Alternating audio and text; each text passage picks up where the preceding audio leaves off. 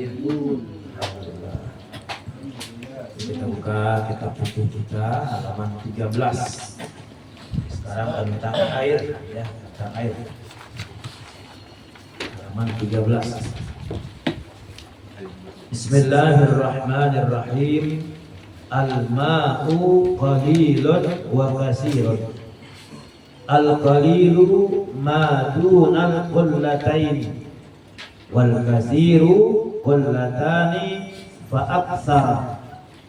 Al-qalilu yatanajjasu biwuqu'in najasati fihi wa illam yataghayyar wal ma'ul katsiru la yatanajjasu illa idza taghayyara ta'muhu aw launuhu aw rihuhu. Bacaan kita sekarang tentang air. Air, ada air yang sedikit, juga ada air yang banyak. Ya, air sedikit ini berarti kurang dari 2 kula. Kalau air banyak, air yang lebih dari 2 kula. Ukuran kula itu apa? Berapa? 2 kula itu ukurannya di sini 245 liter. Atau ukuran panjang lebar tinggi semuanya 60 cm. Ya, ada juga yang mengatakan ya 270 liter. Ya, dalam kitab Fathul Qarib itu 270 liter. Ada juga yang mengatakan 216 liter. Ya, jadi khilafiyah. Nah, sekarang kalau kita ingin menentukan air itu ada dua kula, kalau mau ukuran kolom, ya ukuran kolom kita bikin kolom 60 cm panjang, 60 cm lebar, 60 cm tinggi. Nah, maka itu pas 2 kula.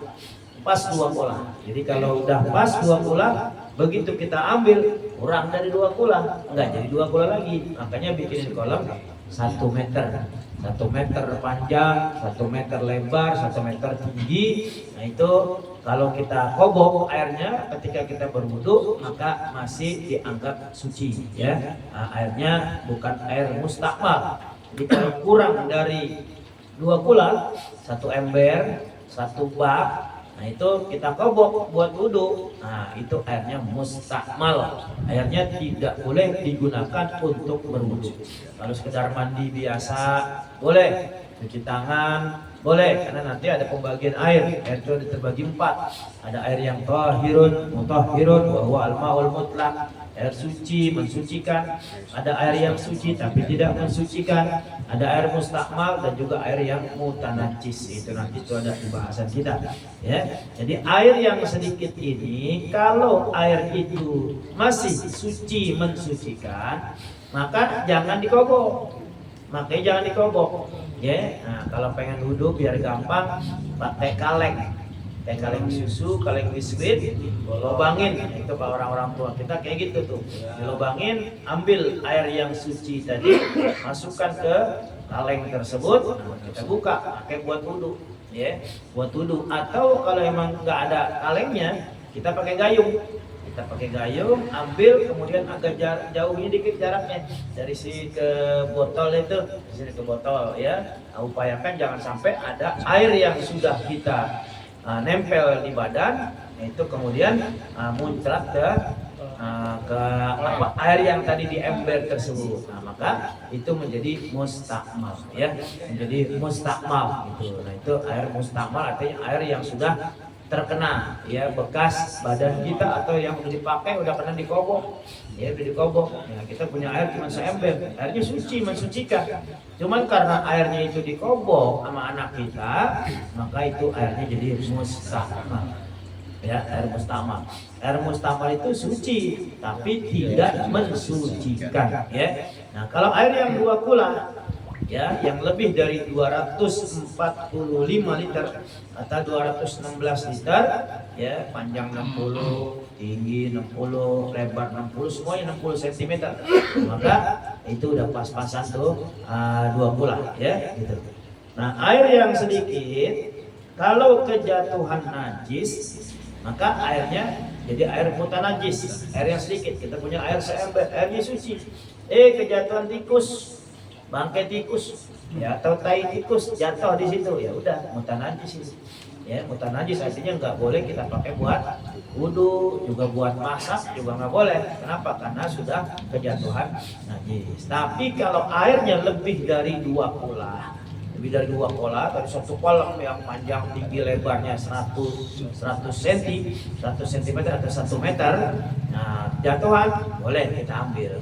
Ya, asalkan in lam yataghayyar ta'uhu aw launuhu aw rihuhu. Asalkan air itu nggak berubah apa warnanya jadi buta, kemudian baunya, ta'muhu rasanya, warihuhu dan baunya, ya rasanya, warnanya dan baunya. Nah, itu kalau berubah berarti air itu juga mutanajis. Tapi begitu kita angkat itu najis dari air yang lebih dari 2 pola, kita cium, oh nggak berubah warnanya, baunya juga nggak ada, rasanya juga biasa, berarti air itu masih tetap suci dan mensucikan, ya. Jadi buat wudhu masih boleh. Nah, jadi kalau kita mau wudhu, mau mandi hadas besar karena kita junub, atau perempuan yang haid menstruasi, maka harus menggunakan air yang suci mensucikan. Ya, kecuali kalau kita punya ember, ya kecil embernya. Nah, biar bisa kita ambil di gayung di situ. Nah, airnya pancurin aja udah. Pancurin terus jalanin. Ya, airnya jalanin, maka ketika kita ambil masih ada yang muncrat ke situ, masih ada yang lainnya gitu ya. Tapi kalau bisa tetap agak jaga jauhan dikit ya. Jauhan dikit, kenapa? Karena khawatir nanti cepretannya itu menjadi penyebab air yang tadinya suci mensucikan menjadi mustakmal ya, mustakmal ya. Nah, ini tentang air ya. Paham ya? Ada yang mau ditanya? Ada yang mau ditanya, silakan. Udah biasa mandi ya, udah biasa wudu, udah tahu dah. Air aqua. Boleh, pakai air aqua boleh.